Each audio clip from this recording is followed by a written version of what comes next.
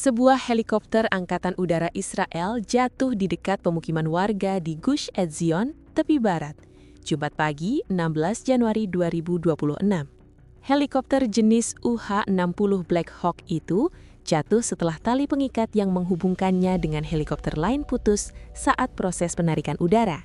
Sebelumnya, helikopter tersebut melakukan pendaratan darurat akibat cuaca buruk dan terpaksa mendarat di area terbuka yang sulit dijangkau kendaraan darat.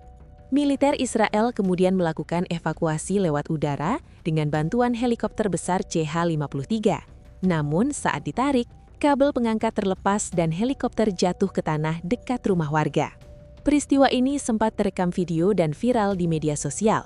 Militer Israel memastikan tidak ada korban jiwa maupun luka-luka dalam insiden tersebut. Komandan Angkatan Udara Israel memerintahkan penyelidikan untuk mengetahui penyebab jatuhnya helikopter, termasuk kemungkinan kesalahan teknis atau operasional.